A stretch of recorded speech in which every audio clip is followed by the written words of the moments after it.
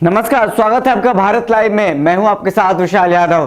बिहार विधानसभा चुनाव खत्म हो गए हैं, लेकिन आपको एक और चुनाव के लिए तैयार होना होगा, क्योंकि बिहार विधानसभा चुनाव खत्म होते 2020 से 21 में आने वाला है। आप कहें मुख्यमंत्री तो नीतीश कुमार बन गए हैं, लेकिन किन परिस्थिति में मुख्यमंत्री नीतीश कुमार बने हैं आपको भी पता है। नीतीश कुमार सहज नहीं है, क्योंकि जिस तरह से उनका कद होना चाहिए इस चुनाव में कद नहीं है।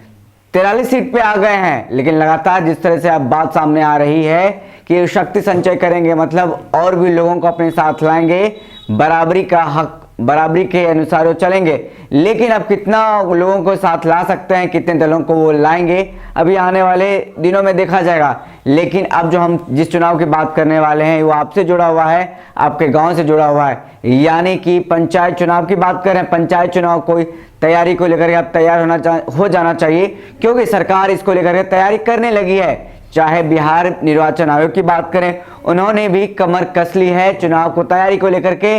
और कहा जाए इस बार एक अलग स्वरूप होगा पंचायती चुनाव का, जो लगभग 2.5 लाख पदों के लिए पंचायत चुनाव होना है। ऐसे पंचायत मुखिया हो या फिर सरपंच हो, तमाम पद हैं जिसको लेकर के 2.5 लाख, लगभग 2.5 लाख सीट है जिस पे चुनाव होना। ये मार्च से मई तक के बीच में हो सकता है। पंचायती राज के विभाग जो इस बार अपील कर रहे हैं, जो कि इस बार कहा जा रहा है कि इस बार अलग रूप से होगा, क्या प्रारूप होगा ये हम आगे बताएंगे।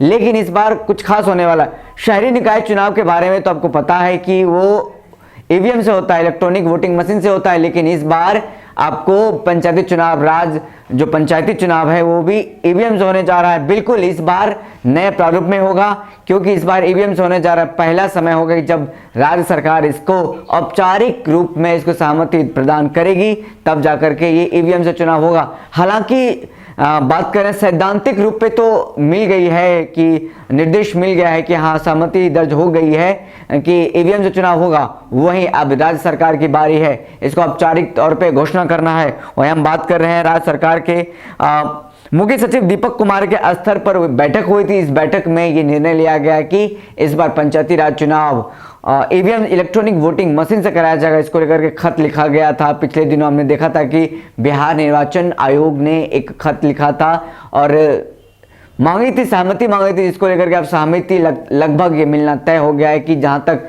सैद्धांतिक हो गई है, अब तो माना जाए कुछ दिनों में औपचारिक घोषणा भी हो जाएगा।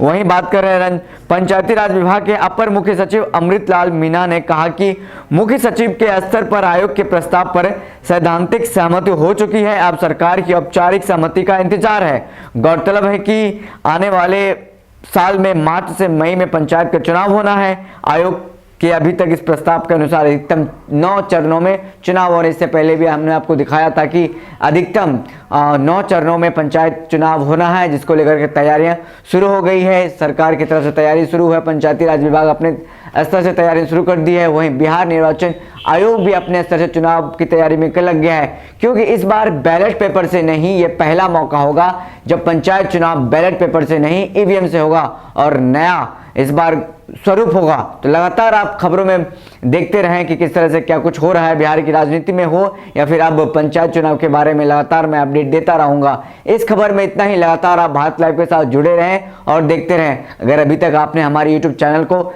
सब्सक्राइब नहीं किया है तो जल्दी से सब्सक्राइब कर लें। अगर आप हमारी खबर को फेसबुक पर देख रहे हैं तो हमारे पेज को लाइक करें। धन्यवाद। अगर ये वीडियो पसंद आई और वह बिहार के राजनीति और बिहारियत से सरोकार रखेनी तो सब्सक्राइब बटन दबा के चैनल के सब्सक्राइब कर ली। ओजे एगो घंटी बा, ओकरा बटन दबा देला से कुल सटीक और मारक खबर रुआ मुफ्त में मिल जाई। अगर रुआ पत्रकारिता के हमनी के नया प्रयोग में सहयोग कर चाहतानी तो ज्वाइन बटन दबा दी। पेटीएम नंबर नोट कर ली 9386816700। धन्यवाद।